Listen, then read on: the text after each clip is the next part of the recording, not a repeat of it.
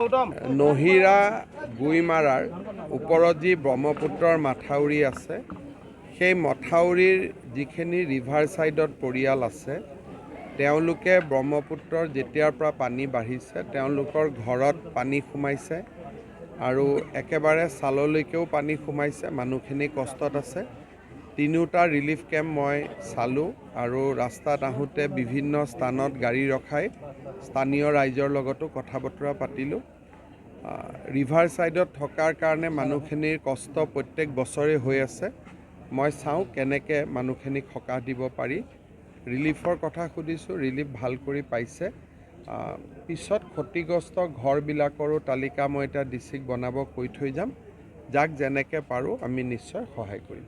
বানপানীৰ পিছত দেখা যায় যে বহুত বেমাৰ আজাৰ হয়, গতিকে এই ক্ষেত্ৰত স্বাস্থ্য বিভাগ সষ্টম হৈ আছে আৰু আমি বানপানী যোৱাৰ লগে লগে মেগা মেডিকেল কেম্পো কৰিম যাতে মানুহক আমি সহায় কৰিব পাৰোঁ আৰু আমি চকু ৰাখিম যাতে ডায়েৰিয়া কলেৰা আদি বেমাৰ নহয়। এটা কথা সুধিছোঁ, উদ্যোগ স্থাপনৰ নামত দক্ষিণ কামৰূপৰ বৃহৎ কৃষিভূমিৰ লগতে জলাশয়সমূহ পুতিবলৈ হৈছে, যাৰ ফলত এয়াৰপৰ্ট এতিয়া বৰ্তমান পানী কৃত্ৰিম বানৰ কবলত। এই ক্ষেত্ৰত চৰকাৰে কি পদক্ষেপ ল'ব? চাওক, মানুহৰ কৃষিভূমি মানুহে এপ্লাই কৰে উদ্যোগিক ভূমিৰ কাৰণে। এতিয়া ৰাইজক যদি আমি মাটিৰ ৰিক্লাছিফিকেশ্যন কৰিব নিদিওঁ তেতিয়াও মানুহে বেয়া পায়। গতিকে গোটেই কথাখিনি স্থানীয় ৰাইজে মিটিং কৰি আমাক যদি এনেকুৱা পৰামৰ্শ দিয়ে যে এইটো জেগাত আপোনালোকে লেণ্ড ৰিক্লাছিফিকেশ্যন নকৰিব তেতিয়া আমি নকৰোঁ। কিন্তু সাধাৰণতে জলাশয়সমূহ সেইটোৱেই যে চৰকাৰী জলাশয়টো পুতিব নোৱাৰে, কিন্তু যি মানুহৰ ম্যাদী পট্টাৰ জলাশয় তাক মানুহে পুতে। এতিয়া মেডি পট্টাৰ মাটিত চৰকাৰে হস্তক্ষেপো কৰিব নোৱাৰে, কিন্তু যদি পঞ্চায়তৰ মানুহে মিটিং কৰি আমাক কয় যে এইটো ৱেটলেণ্ড কৰি দিয়ক বা এইটো নন ইণ্ডাষ্ট্ৰিয়েল লেণ্ড কৰি দিয়ক তেতিয়া আমি কৰিব পাৰিম। গতিকে আপোনালোকে ৰাইজৰ সচেতনতা বৃদ্ধি কৰি ৰাইজৰ পৰা স্মাৰক পত্ৰ দিলে মই নন ইণ্ডাষ্ট্ৰিয়েল লেণ্ড কৰি দিব পাৰিম। চাওক, এয়াৰপৰ্টত যিখিনি পানী হৈছে সেইখিনি আমি কালপনি দি পানীখিনি ওলাই লৈ যোৱাৰ এটা ব্যৱস্থা কৰিছোঁ আৰু এয়াৰপৰ্টখন বাৰু আমি বচাই ল'ম, কিন্তু বাকীও ৰাইজৰ ক্ষতি হৈছে। গতিকে ৰাইজে অলপ মিটিং এখন কৰি সুস্থিৰ সিদ্ধান্ত লৈ আমাক যদি কয় যে ইয়াৰ এগ্ৰিকালচাৰ লেণ্ড একেবাৰে ট্ৰেন্সফাৰ কৰিব নালাগে ইণ্ডাষ্ট্ৰিয়েললৈকে, আমি বন্ধ কৰি দিব পাৰিম। গতিকে অলপ ৰাইজে সচেতনতা সৃষ্টি কৰি ৰাইজে মোক ক'লে হ'ল, কিন্তু মই নিজে কৰিলে আকৌ দুই এজন ৰাইজে মোক বেয়া পাব। সেইটো কাৰণে পথৰ দাঁতিৰ কাভাৰ ড্ৰয়িং বনাবৰ কাৰণে গাঁৱত কিমান হাজাৰ কোটি টকা লাগিব। গতিকে চৰকাৰে পুঁজি সাপেক্ষে এতিয়াতো আমি টাউনবিলাকতো কৰিব পৰা নাই। গতিকে কেঁচা ড্ৰেইনবিলাক বচাই ৰখাটো এটা ডাঙৰ কথা। মই ভাৰতৰ বিভিন্ন ৰাজ্যত দেখিছোঁ যে ৰাইজে কেঁচা ড্ৰেইনবিলাক বজাই ৰাখে, কিন্তু কেঁচা ড্ৰেইন পকা কৰি তাত কাভাৰ কৰা সি কিমান হাজাৰ কোটি টকা লাগিব। ইমানটো ৰাজ্য চৰকাৰৰ সম্পদেই নাই। আজি বাচ্চাটো বিচাৰি পালে, বহুত দুখ লগা কথা। সৎকাৰ কাৰ্য কৰিব। মোৰ দেউতাক মাকক গৈ আৰু এবাৰ লগ কৰিম।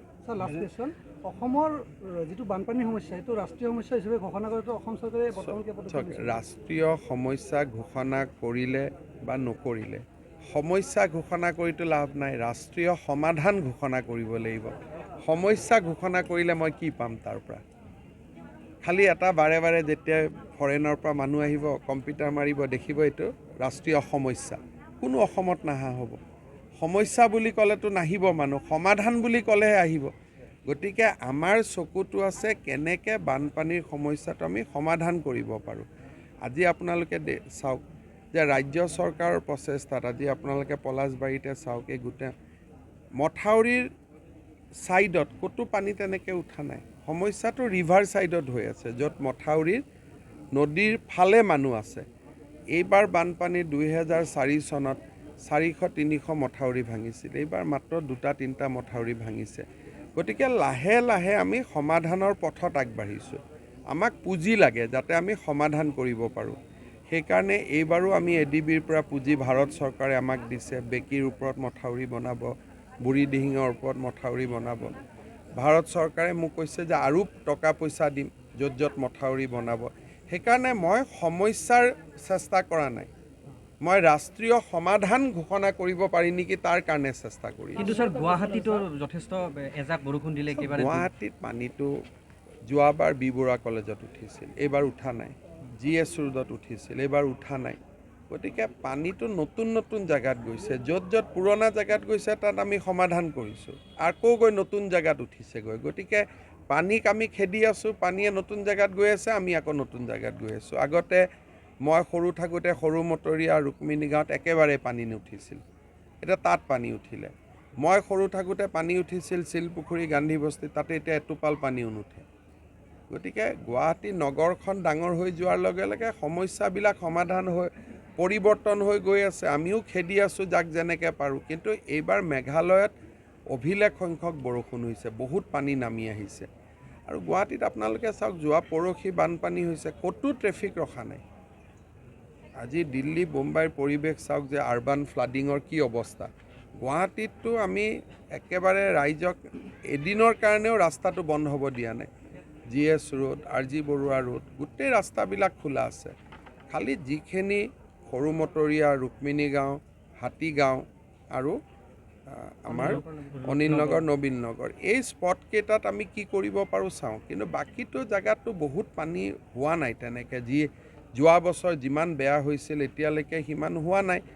যোৱা বছৰটো বি বৰুৱা কলেজৰ সন্মুখেদিয়ে গাড়ী নাযায়, এইবাৰতো গাড়ী চলাচল কৰি আছে। ছাৰ, অখিল গগৈয়ে চৰকাৰক দাবী জনাইছে যে এই বান পৰিস্থিতি দিনে ৰাতিয়ে কথা ক'ব, কথা কৈ থাকিব, তাৰ পৰা ৰাইজৰ কি সুবিধা হ'ব?